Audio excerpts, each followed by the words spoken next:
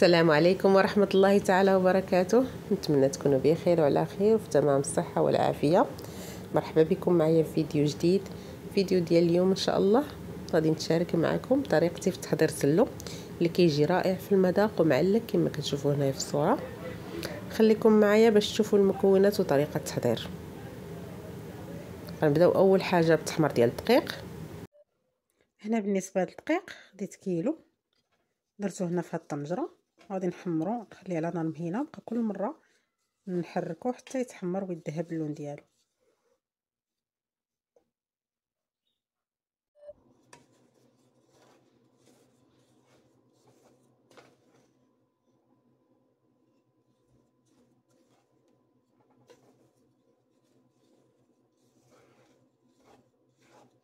هنا عندي 600 غرام ديال الزنجنان منقي ومغسول، خليته حتى نشف وغادي نحمرو.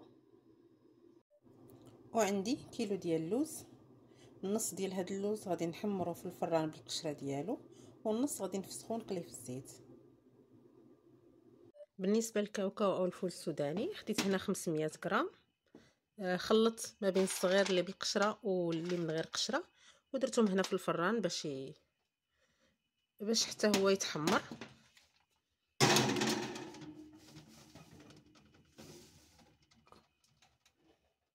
هنا خديت نص الكميه ديال اللوز، الاول كنت حمرته، النص الاول حمرته في الران، والنص الثاني هذا من بعد ما فسختو درتو في الماء طايب وحيدت له القشره ديالو، خليته حتى نشف، درتو في هذا المقله باش نقليه، غطيته بالزيت، الزيت تكون بارده، غادي نشعل عليه النار، نشعل عليه البوطه على نار مهيله وغادي نخليه حتى يتحمر. هنا اللوز بدا اللون ديالو كيذهب، غنخليه يزيد غير واحد شويه صافي، ومن بعد غادي نحيدو من الزيت. والزيت ديال هاد اللوز ما غاديش نرميها، غادي نوريكم شنو ندير معاها باش نزيدو نعلكو سلو. ها هو اللوز ديالي تحمر، غادي نحيدو من الزيت، واخا يبان لكم شي حبات شويه باقي لونه فاتح، هذيك السخونيه كترجع عليه وكيزيد يتحمر اكثر.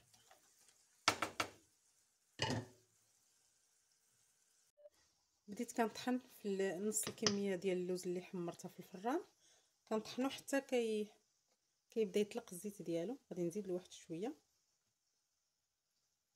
ونفس الطريقه غادي نديرها لكاع المكونات، النص ديالهم غادي نطحنهم بحال هكا والنص غادي نهرمشو.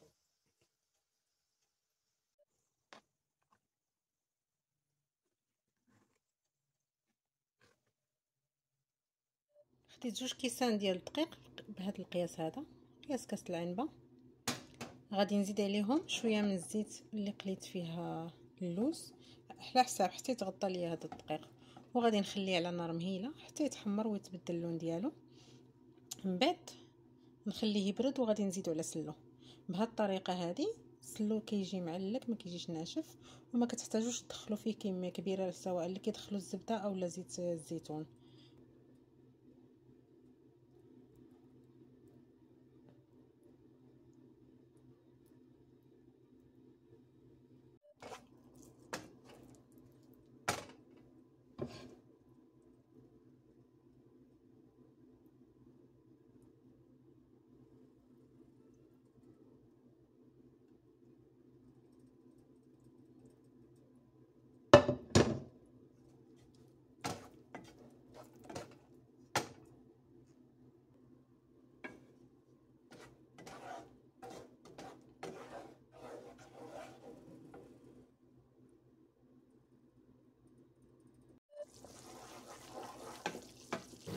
كنخليو هاد الدقيق يتحمر في هاد الزيت على نار مهيله، كل مره كنبداو نحركو حتى كيولي هكا اللون ديالو. ما تخليوش اللون ديالو يغمق بزاف، حيت ملي كنحيدوه من فوق البوطه راه كيبقى شاد السخونيه وكيزيد يتحمر اكثر. انا غادي نوريكم الدرجه ديال اللون اللي خليتها، هو صافي ملي وصلت لهكا غادي نطفي عليه البوطه وغادي نخليه. من بعد ملي غادي نحط المكونات باش نوريكم غادي تشوفوا كيفاش رجع اللون. هذاك الزيت مع سخون كيزيد يحمر، كيبقى يتحمر داك الدقيق واخا طفينا عليه. هنا هادو هما المكونات اللي غادي نحتاجوهم في سلو. عندي هنا كاوكاو اللي محمر ومطحون نص الكميه اللي قلت لكم في الاول الفيديو. وهنايا عندي اللوز حتى هذا محمر في الفران ومطحون. هنايا عندي زنجلان مهرمش، وعندي كاوكاو مهرمش، اللوز اللي مقلي في الزيت ومهرمش، الدقيق اللي حمرته مع شويه ديال الملح، هذا الدقيق اللي قليته في الزيت. هنا عندي 2 معالق كبار ديال النافع و2 معالق كبار ديال حبه حلاوه و2 معالق كبار ديال القرفه. سكر كلاصي كيبقى على حسب الذوق. وهنايا عندي زنجلان اللي محمر ومطحون، طحنته مزيان حتى تعلق.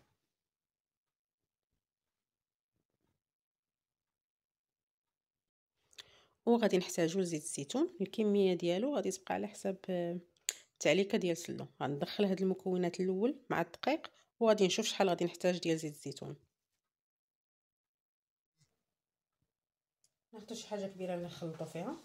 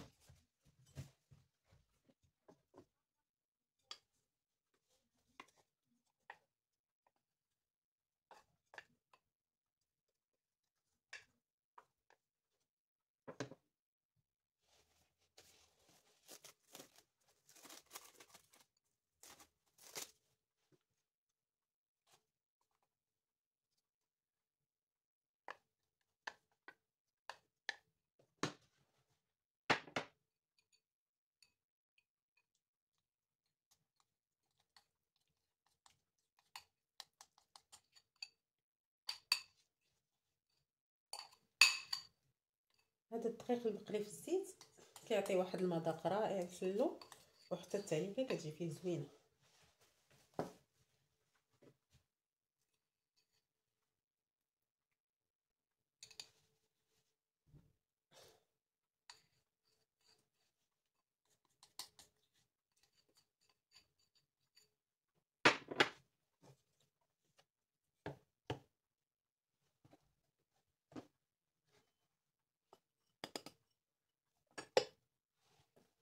هنا الكميه ديال السكر كلاصي ما غاديش نحط هاد الكميه كامله اللي عندي.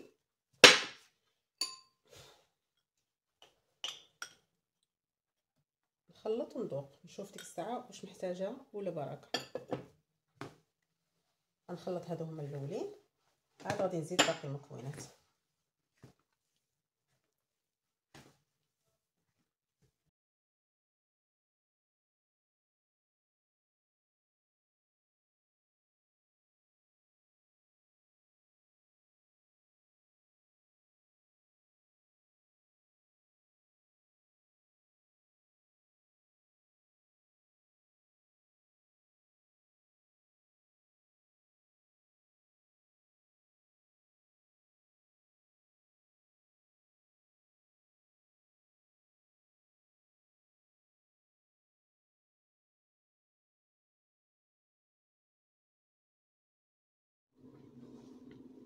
بعد ما خلطت هذوك المكونات غادي نزيد اللوز المهرمش،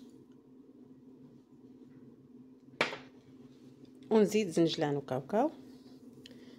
غادي نرجع هادشي نخلطو مع الخليط الاول، وعاد غادي نزيد زيت الزيتون. غادي نزيد الكاس الاول ديال زيت الزيتون وندعك هادشي مزيان، نخلطو مزيان ونشوف الا كنت محتاجه غادي نزيد، ما كنتش محتاجه صافي غير هاد الكاس غيكفي.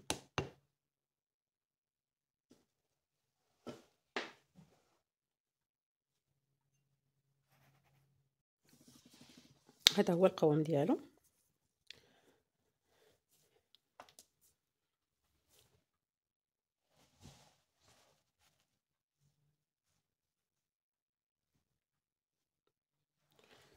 صافي من بعد ما قلت لكم زدت داك الكاس ديال زيت الزيتون، جاني ناقص واحد شويه، زدت 4 كاس، ما كاملش نص، قل من نص هكا بشويه.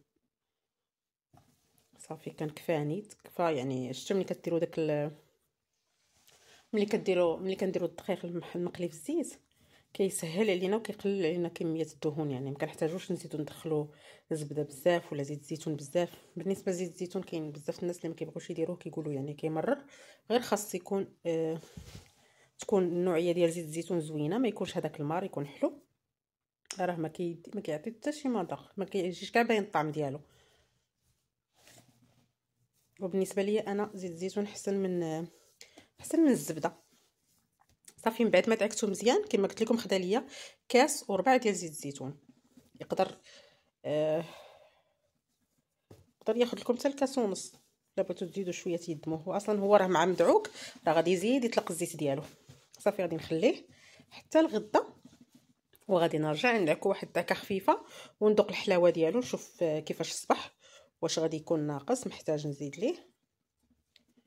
ديك الساعه عاد غادي نحطو في صحن التقديم ونوريكم الشكل النهائي ديالو ان شاء الله. وهذا هو الشكل النهائي ديال السلو، كيجي معلك ورائع في المذاق. نتمنى انكم تجربوه. هنا نكون وصلنا لنهايه الفيديو. رمضان كريم، نتلاقاو في فيديو جديد ان شاء الله. مع السلامه.